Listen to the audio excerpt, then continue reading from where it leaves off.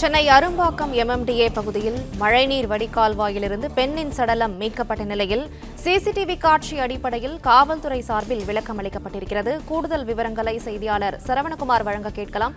சரவணகுமார், வணக்கம். இந்த சம்பவம் தொடர்பாக காவல்துறை தரப்பில் என்ன தெரிவிக்கப்பட்டிருக்கு, விவரங்களை சொல்லுங்க. இந்த சம்பவம் நடந்தது சூளைமேடு வீரபாண்டி நகர் 1வது தெரு. நேற்று இரவு இந்த சம்பவம் நடந்திருப்பது போலீசாருடைய விசாரணையில் தெரிய வந்திருக்கிறது. அதாவது காலையில இந்த பகுதியில் ஒரு 8:30 மணி அளவில் அந்த தெரு வழியாக பொதுமக்கள் நடந்து செல்லும் பொழுது ஒரு 2 அடி அகலமும் 2 அடி ஆழமும் இருக்கக்கூடிய ஒரு இந்த மாநகராட்சியினுடைய மழைநீர் வடிகால்வாய்க்காக தோண்டப்பட்ட அந்த பள்ளத்துல, காங்கிரஸ் தளம் எல்லாம் அமைக்கப்பட்ட அந்த பள்ளத்தில் ஒரு பெண் ஒருவர் சுருண்டு விழுந்து கிடப்பது போல அவருடைய உடல் சடலம் கிடந்திருக்கிறது.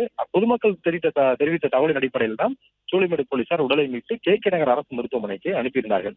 இது மாநகராட்சி தரப்புல சொல்லும் பொழுது இது சந்தேகத்திற்கிடமான வகையில் இருக்கிறது. இந்த பள்ளத்தால் உயிரிழப்பு ஏற்படவில்லை என்று அவர்கள் தரப்புல விளக்கம் அளிக்கப்பட்டிருக்கிறது.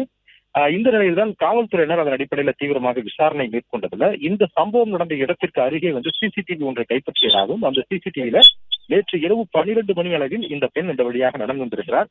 அந்த தெருவில் மின்விளக்குகள் பெரிதாக வெளிச்சம் இல்லை. அங்கே மரம் சூழ்ந்த ஒரு பகுதியாக இருந்திருக்கிறது.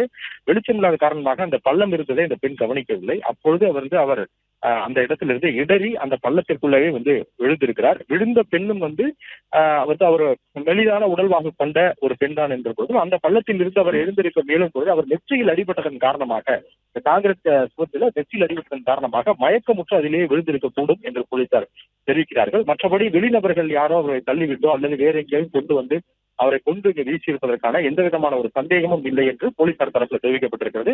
அதே வேளையில உயிரிழந்த இந்த பெண் என்பவர் 42 வயதான தீபா என்பதும் கோடம்பாக்கத்தை சேர்ந்தவர் என்பதும் தெரிய வந்திருக்கிறது. அவருடைய தாயார் லட்சுமி தொடர்பாக புகார் கொடுத்திருக்கிறார். உடல் KK நகர் ESI மருத்துவமனையில் வைக்கப்பட்டிருக்கிறது. பிடக்கூராய்வு செய்து அதன் அடிப்படையில் போலீசார் விசாரணை நடத்தப்படும் என்று தெரிவித்திருக்கிறார்கள். பிளே ஸ்டோர் மற்றும் ஆப் ஸ்டோரில் இருந்து பாலிமர் செயலியை QR கோடு மூலம் பதிவிறக்கம் செய்யுங்கள். செய்திகளை உடனுக்குடன் பெறுங்கள்.